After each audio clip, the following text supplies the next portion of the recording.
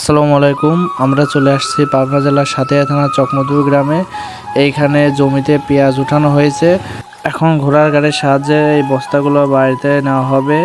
এই যে বস্তাগুলো সাজানো হয়েছে, এক একটা বস্তা প্রায় 100 কেজির উপরে। তো দুইজন ছাড়া এই বস্তাগুলো গাড়িতে ওঠানো সম্ভব না। আপনারা দেখতে পাচ্ছেন যে দুইজন মিলে বস্তা গাড়িতে উঠাচ্ছে, আর পিছন থেকে একজন ব্যাকআপ সহকারে মানে ধাক্কা দেয়।